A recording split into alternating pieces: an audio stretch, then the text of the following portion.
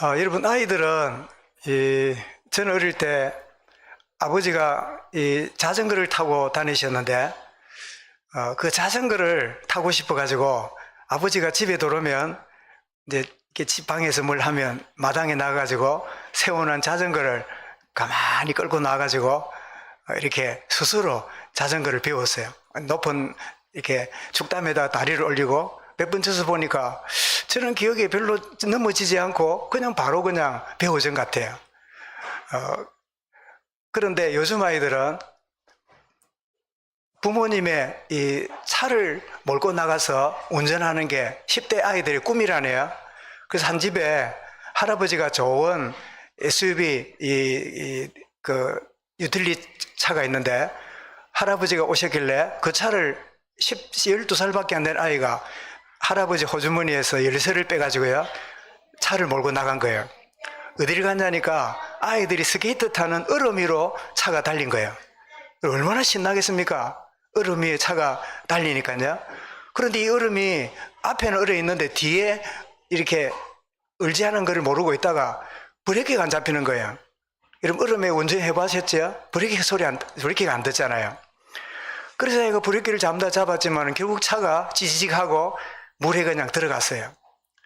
그래, 물에 들어가니까 이 아이가 어디서 배웠는지 그래도 창문을 열고 이래가지고는 겨우 빠져나왔는데 이 아이 마음속에는 차가 빠진 게 문제가 아니라 할아버지한테 꾸중 들을 거 생각하니까 그게 더 겁나는 거예요.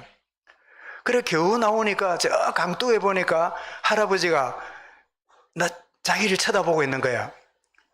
그래가지고 구조대가족이 나가니까 할아버지의 표정이 보니까 화가 나 있고 분노가 가득 차 있고, 이놈의 자식이 할아버지 차를 빠뜨려가지고 차를 호수 빠뜨리는구나 이럴 줄 알았더니 그 표정이 살았으면 됐다, 고맙다, 아이고 다행이다, 정말 네가 죽었으면 어떻게 할까 했는데 네가 살아났으니 되었다. 여러분, 하나님은 우리가 어떤 삶과 어떤 실수와 부족이 있더라도 생명으로 됐다, 네가 문제없다, 괜찮다, 이렇게 하시는 거예요. 여러분, 혹시 가운데 마음에 눌리고 힘들어하고 여러 가지 복잡해 있다면 정말 죽음의 자리에서 빠져나올 때 왜 차가 얼마짜리인 줄 아냐? 왜 차를 몰고 나가냐? 거짓말 안 하더나? 네가 몇 살인데 차를 몰고 나가냐?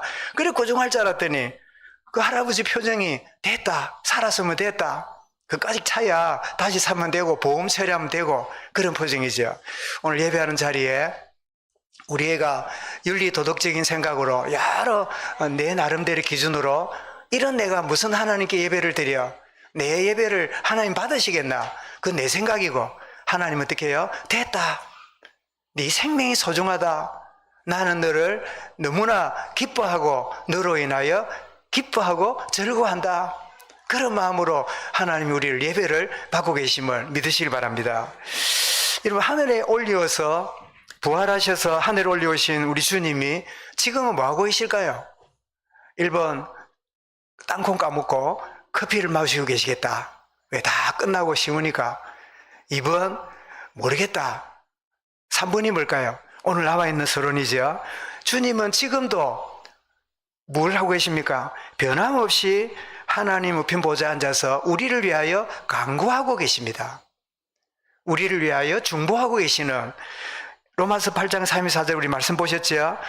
그리스도 예수는 우편 보좌에 계시는 자고 우리를 위하여 간구하시는 자신이라.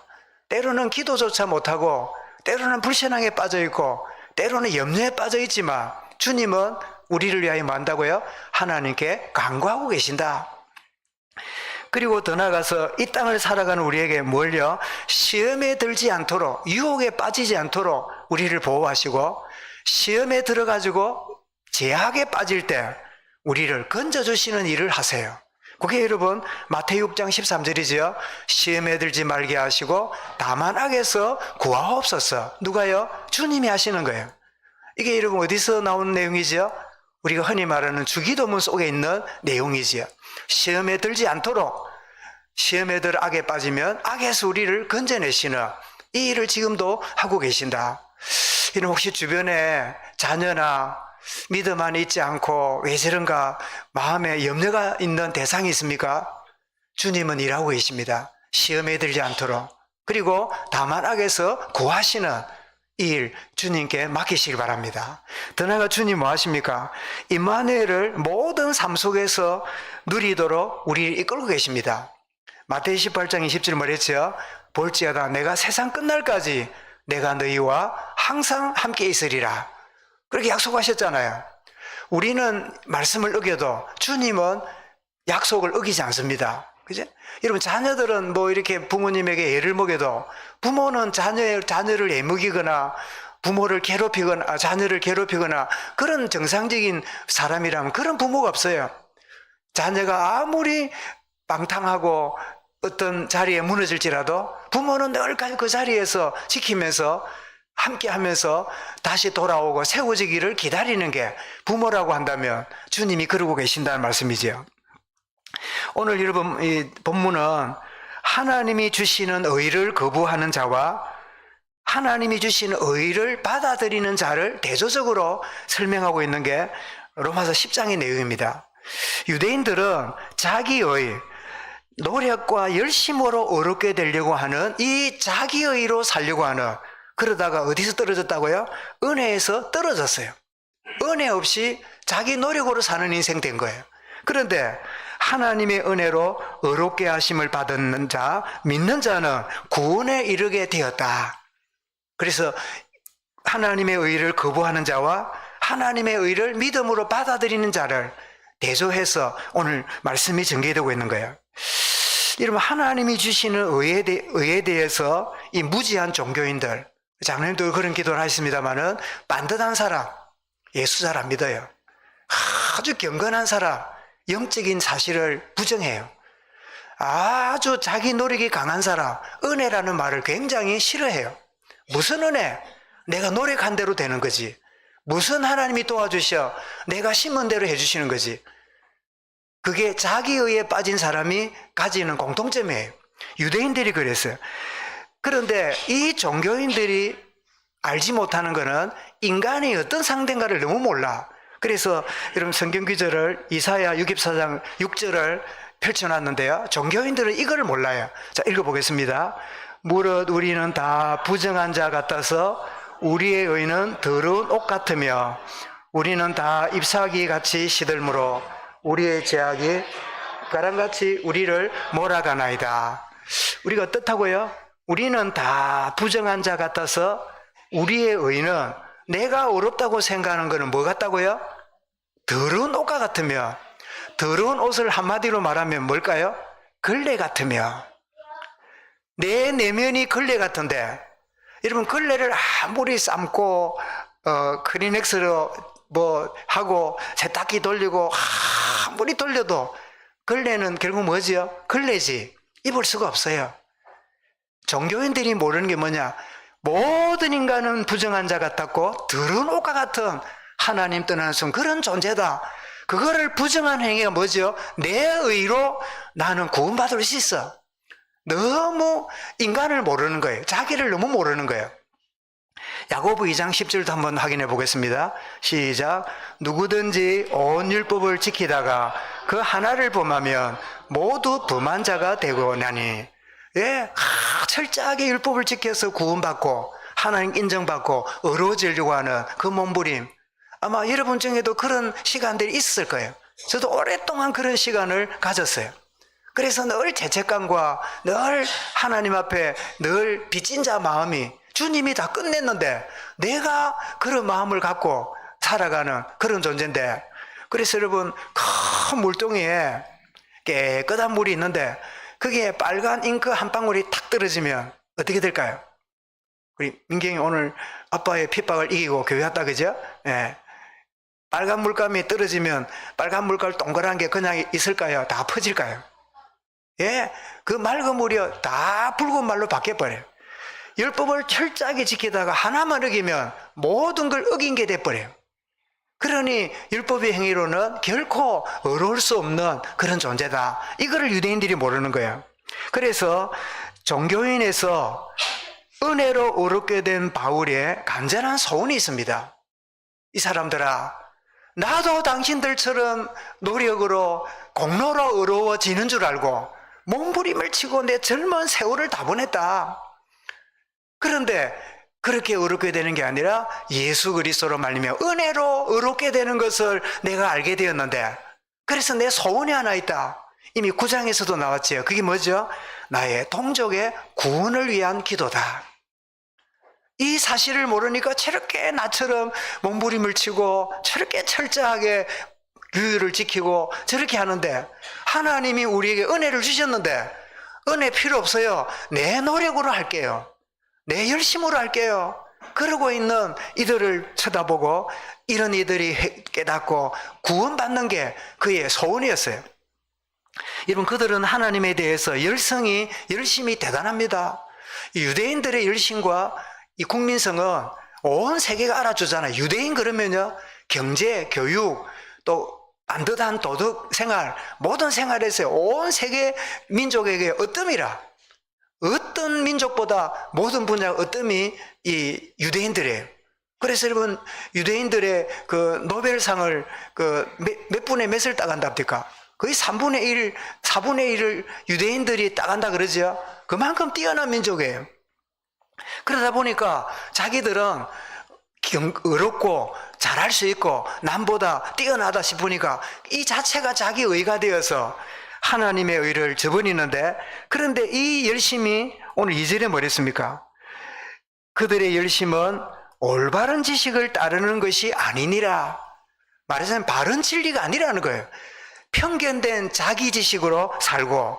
그리고 왜 그들이 이렇게 자기 의로 구원받을 수 있고 자기 의로 의롭게 된다고 생각했을까요? 그리고 사도행전 22장 3절에 보면 바울도 그래 살았다고 말합니다. 그죠? 내가 이 도를 박해하여 사람을 죽이는 데까지 하고 남녀를 결박하여 옥에 넘겨놓으니, 자기도 유대인들의 의에 동일한 가운데 묶일 때는 이 예수를 믿음으로 구원받는다는, 믿음으로 얻게 된다는 이 초대교인들, 이 이단들 없애버려야 돼. 말도 안 되는 소리를. 이거는 뭐죠? 자기들이 그동안 쌓아놓았던 공로를 무너뜨리는, 자기들을 비참하게 만드는 일이야. 이제 오늘 이런 불신자들 가운데 성공하고 똑똑한 사람일수록요, 복음을 잘 안 받습니다. 왜요? 교회 가면 다 죄인이래. 교회 가면요, 흉악하게 타락한 인간이래. 싫어요. 내가 얼마나 똑똑한데, 내가 얼마나 남보다 뛰어난데, 남들보다 훨씬 성공했는데, 나는 남들하고 다른 위치에 와 있는데 내가 뭐 죄인이라고? 우리에게 의로운 게 없다고? 받아들이기 싫은 거예요. 그러다가 언제 참 다행히 돌아옵니까? 어느 날 무너질 때, 어느 날 심각한 인생의 실패가 올 때, 겉은 성공했는데 그 마음에 공허가 찾아올 때, 그때 오라 나는 공간 사람이구나. 누가 나를 사망이면 건져내랴. 그래서 우리가 주변에 성공한 사람들요, 아이고 복음 안 받을 건데, 아니라 장로님 그 기도처럼 기다리면 돼요. 기도하면서 하나님, 착각하고 있는, 자기가 어렵다고 생각하는, 예수 안 믿어도 자기는 얼마든지 괜찮다고 생각하고 착각하는 저들이 깨닫고 구원의 자리로 오게 해 주옵소서. 그들이 친구일 수도 있고 집안일 수도 있고 여러분 가족일 수도 있어요. 그들이 주님께로 돌아오는 역사를 보게 하여 주옵소서. 무너지기 전에 오는 게 제일 좋아. 그죠? 그래서 우리 자성 부를 때 뭡니까? 전부 여지옵소서. 뭐 들고 옵니다? 손 들고 옵니다. 이 말은 뭡니까? 손밖에 없다는 거예요. 가진 거 다 놓치고, 다 무너지고, 다 사기당하고, 다 떠나가고, 손 들고 옵니다. 이 말은 모든 게 사라지고, 그래라도 구원받아 얼마나 감사해요. 여러분 중에는 그런 분도 있지만은 손 들기 전에 주님 믿고 와 있는 거 은혜고 다행이에요. 그치? 참 이 사실이죠. 그런데 그들의 열심은 뭐라고요? 바른 지식에 의한 게 아니라 틀린 지식이라는 거예요. 그럼 왜 그들이 틀렸는데도 진리처럼 붙잡고 있을까요? 전통을 따라서요. 전통이 뭐지요? 조상 대대로 내려오는, 우리 할아버지가 그랬고 아버지가 그랬고 윗대로부터 우린 이래서, 우리는 믿음으로가 아니라 행위로 구원받는 거야. 이게 전통이었어요. 그래서 갈라디아 1장 4절이 아니라 14절인데요.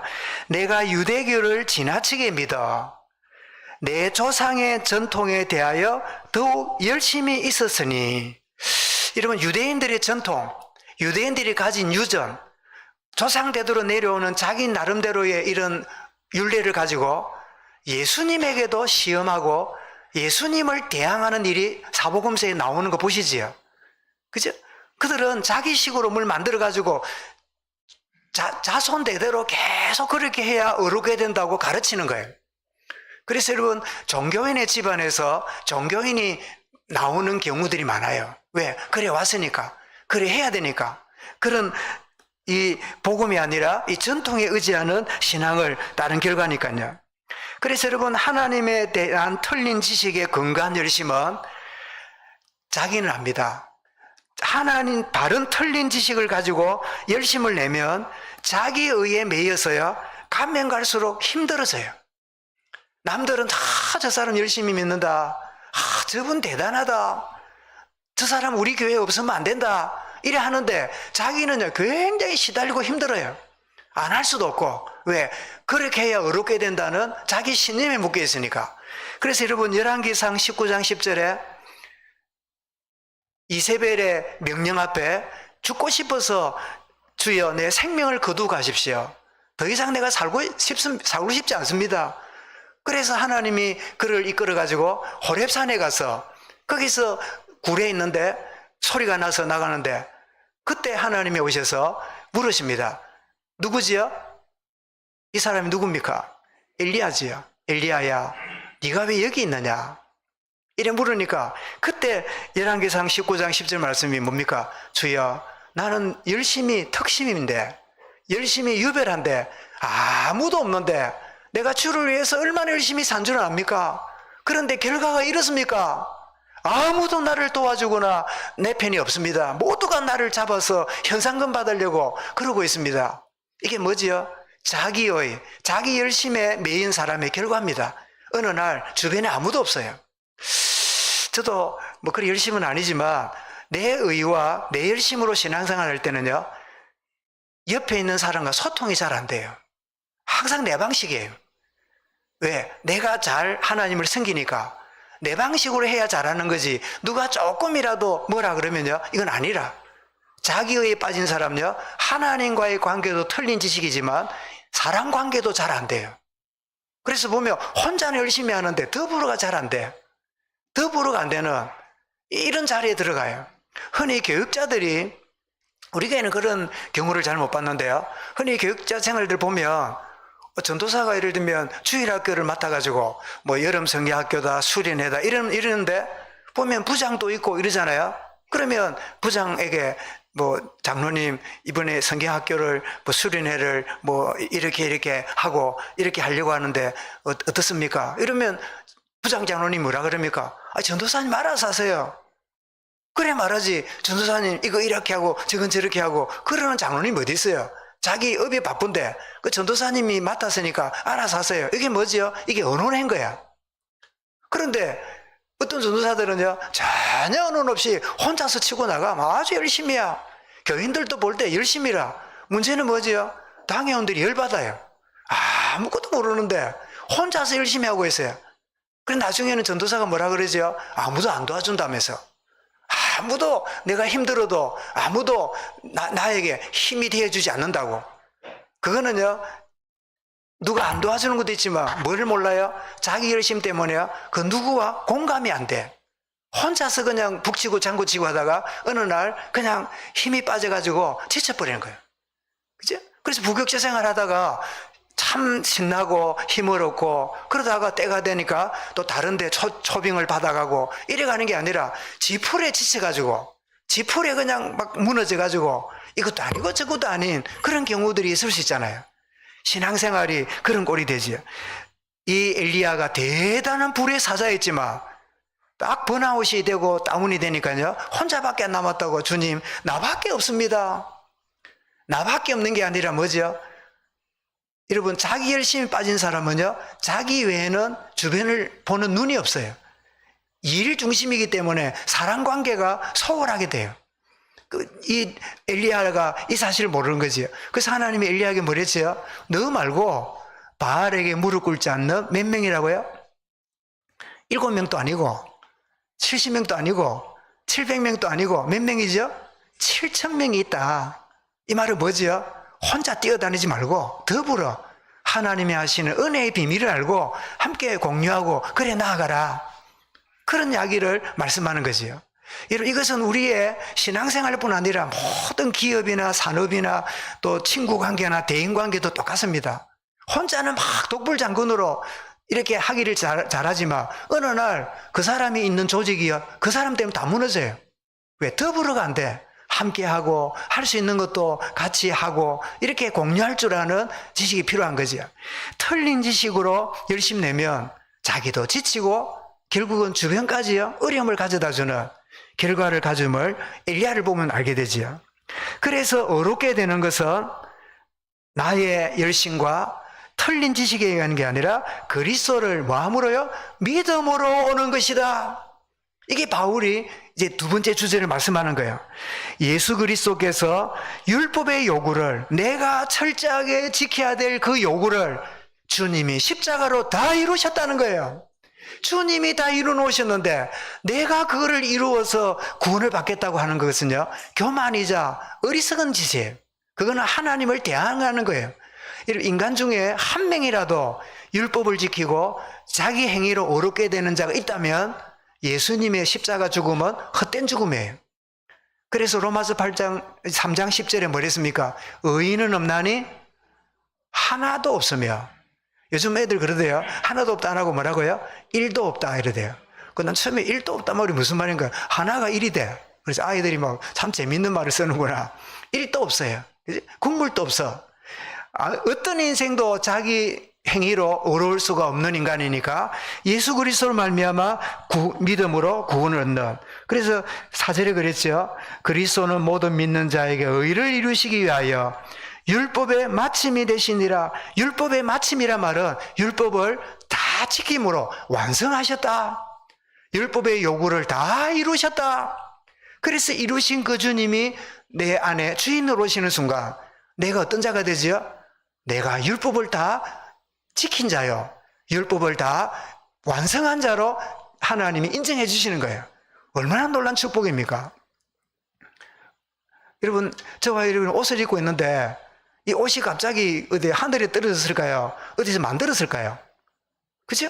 배를 자르고 털을 재단하고 뭐 재봉틀을 깁고 이렇게 하고 저렇게 하고 그렇게 해서 옷이 왔잖아요. 그죠?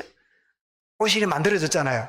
그러면 우리가 겨울이니까 내가 이 코트를 하나 입어야 되겠는데, 얘가 시장에 가서 이 털을 사고 또 담요 같은 걸 사고 또 실을 사고 재봉틀을 사고 그래 만들어 가지고 입는다 그러면 만들어낼 사람이 몇 명이나 있을까요? 특별한 기능 있는 사람 외에는 없어요.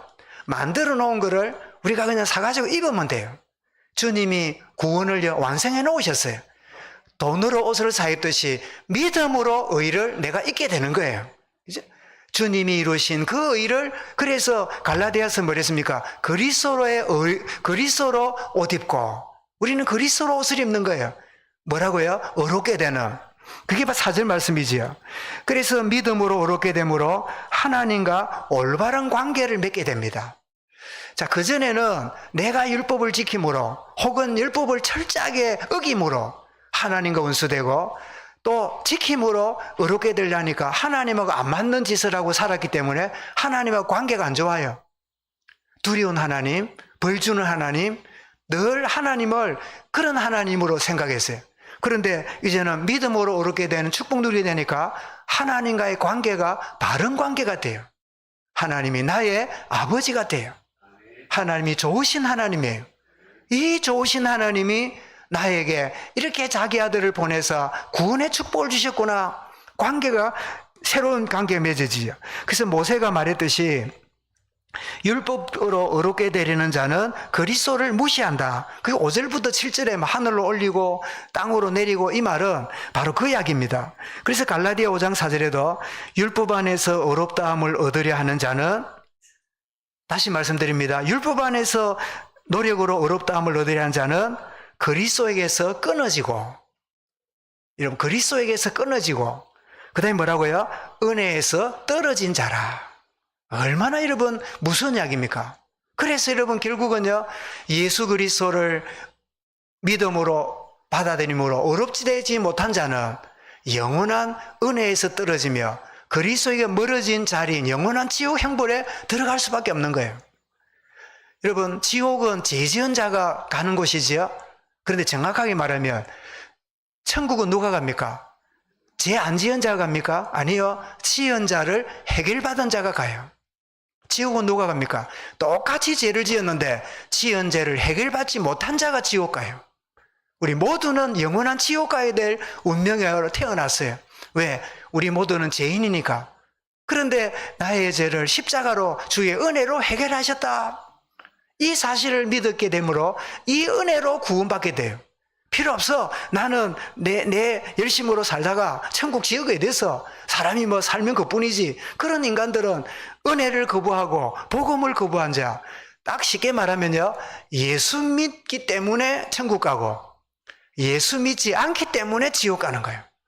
그 말은 하나님 주시는 의를 받아들이는 사람과 의를 거부하는 자다, 이렇게 표현할 수 있겠죠.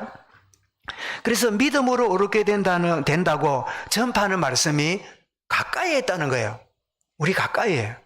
지금 우리는 이 말씀을 가까이서 듣고 있잖아요. 지금 한 공간에서 저를 통해서, 마이크를 통해서 다시 한번 확인하고 있잖아요. 그런데 우리뿐일까요? 세상에 있는 모든 사람도 마찬가지입니다. 그게 여러분 신명기 30장 14절인데요. 오직 그 말씀이 네게 매우 가까워서 내 입에 있으며 네 마음이 있은즉 네가 이를 행할 수 있느니라. 그랬는데 이게 무슨 말이냐니까, 하나님은 시대마다 전도자를 통하여 우리에게 이 복음이 전달되게 하셨다는 거예요. 구약시대는 선지자입니다. 신약시대는 사도들입니다. 말세시대는 뭐지요? 주의 종들과 전도자를 통해서 집안에 있는 누구, 선배 누구, 후배 누구, 또 친구 누구를 통해서요, 알게 모르게 이 복음이 전달되는, 가까이에서 들을 수 있도록 기회를 주셨다는 거예요. 그런데 어느 날, 아니 내 친구, 그 친구 교회 잘 다니는데 나보고 한 번도 예수 믿으라 안 하던데, 나보고 교회 가서 소리 안 하던데, 나는 들은 적이 없다고 그래 말할 수 있을까요? 아니요. 매스컴이나 주변에요, 내가 거부해서 그렇지, 쪽복음이나 성경이나 주변에요, 내가 복음 받을 수 있는 기회가 가까이에 있어요. 이해가 되시죠? 나는 못 들었다, 들을 기회가 없었다, 그럴 사람 아무도 없어요. 모든 사람에게 기회가 주어져 있는, 가까이에 있는. 그래서 하나님의 시대마다 전도자를 통해서 믿음으로 오게 되는 걸 알리고 있는데, 누가복음 16장에 보면 이 이 부자와 나사로 비유잖아요. 그죠? 그런데 이 부자가 죽었고 나사로도 죽었습니다. 그 부자가 딱 죽고 보니까 자기는 지옥불에 불타고 있고 문 앞에서 개가 핥아 먹는 그 거지 나사로는 아브라함 천국에 있단 말이에요. 아브라함 품에. 그래서 자기는 이렇게 말합니다. 아브라함이여, 물 한 봉을 그거 나사로 보고 시켜서 물 한 방울이라도 내 혀에 적시면 좋겠다고. 이러니까 아브라함이 뭐라지요? 이 사이에는 큰 구렁이 있어 가지도 오지도 못한다. 그러니까 그때서 또 말합니다. 그러면 내 형제 5명이 있는데 나같이 똑같이 허랑방탕으로 사는데 밤마다 연애하고 밤마다 춤추고 밤마다 즐기고 사는데 저 내 형제들 이 지옥 못 오도록 나사로 살려가지고 너희 형님 지옥 갔다, 내 보고 왔다 그러고 말해주면 그들이 안 믿겠습니까? 이러니까 아브라함이 뭐라 그럽니까? 네 가까이에 있는 전도자의 말을 듣지 않으면 죽은 자가 살아나서 말할지라도 믿지 않는다. 간증의 한계를 설명합니다. 여러분, 복음이 사람 살리지요, 간증으로 사람 살리지 않아요. 이 말은 뭐지요? 네 가까이에 있는 전도자들이, 복음을 전달하는 사람이 가까이 있다는 거예요. 여러분, 그래서 지금 아무리 내 친구 중에는 교회 나가는 사람, 예수 믿는 사람 아무도 없다, 집안에도 친구 중 없대 싶지요. 그런데 여러분, 사람 관계는요, 몇 단계 만나면, 우리 대한민국에 어떤 프로그램이 있었지요. 몇 단계 가니까 남이 없더래. 전부 다 동창, 집안, 친구의 친구, 친구의 친구, 이래가 전부 연관이 돼요. 그러면 생판 불신자도 무슨 영향이 있을까요? 그를 위해서 기도하는 자가 있어요. 그 영혼을 두고 기도하는 자가 있어요. 여러분, 기도하면 어떻게 되지요? 응답이 오잖아요. 그럼 이 사람이 기도하는 사람인데 끝까지 믿음 없다가 죽었단 말이에요. 그러면 이 사람 뭐지요? 그 기도에 대해서 응하지 못한 거야. 그래서 하나님 앞에 섰을 때 나는 복음 들을 기회도 없고 나는 우리 아버지가 절에 주지라서 복음 들을 기회가 없었다고 이런 소리를 하지 마.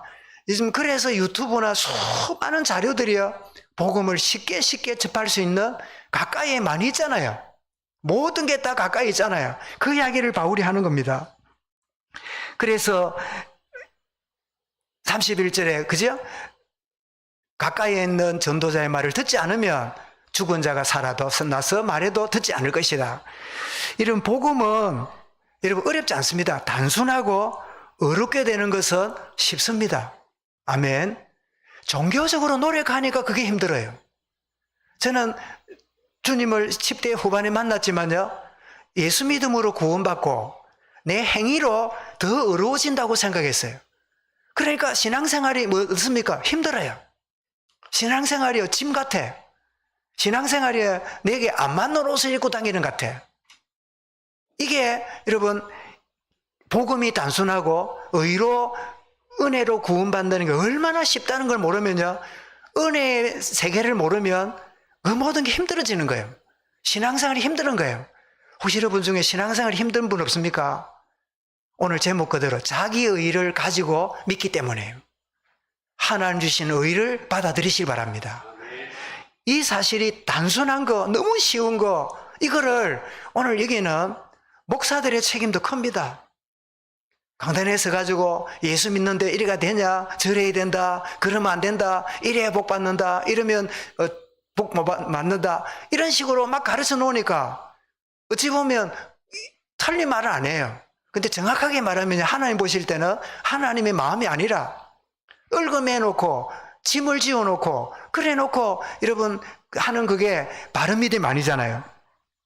그래서 여러분, 복음이 단순하고 어렵게 되는 것은 쉬운 일인데, 여러분 예수님을 주님이라고 시인하고 고백하고 이 말이죠, 부활하신 그리스도라고 믿으면 구원받는다. 9절에 나오지요. 근데 여러분, 제가 이래 말하지만 하나님의 성령이 역사 안 하면 이 말이 더 어렵습니다. 행함으로 천국 가거나 지옥 간다, 그 말이요, 맞아 심은 대로 거두는 거지. 요 말이 훨씬 더 이해가 빨라요, 불신자 입장에서는. 그런데 믿어지는 사람에는요, 믿어지는 자에게는요, 예수님이 내 죄를 죽으시고 나를 구원하셨다, 믿음으로 하나님 자녀 된다, 이 말이요 복음이에요. 너무 쉬워요. 그래서 하나님의 영으로 역사하면 쉬운데 영이 없으면요, 오히려 행함으로 지옥 가거나 천국 간다, 그 말이 훨씬 더 쉬워요. 그러니 우리가 믿어졌다면 내 노력과 의가 아니라 하나님 은혜로 믿어진 거지요. 그러면서 어떤 사람이든지 마음으로 믿어지면 하나님과 올바른 관계가 맺어진다. 그 10절 말씀인데, 입으로 고백하면 구원을 얻게 된다. 요한 3장 16절 아시지요? 하나님이 세상 이처럼 사랑하사 독생자 주셨는데 이는 저를 믿고 따르는 자는, 믿고 행하는 자는 그랬습니까? 아니요, 뭐라고요? 믿는 자는, 하나님이 주신 믿음의 선물을 받아들이는 자는, 하나님이 주신 의를 아멘하고 받아들이는 자는 멸망치 않고 영생을 얻게 하심이라. 너무나 복음은 쉽고 간단한 거잖아요.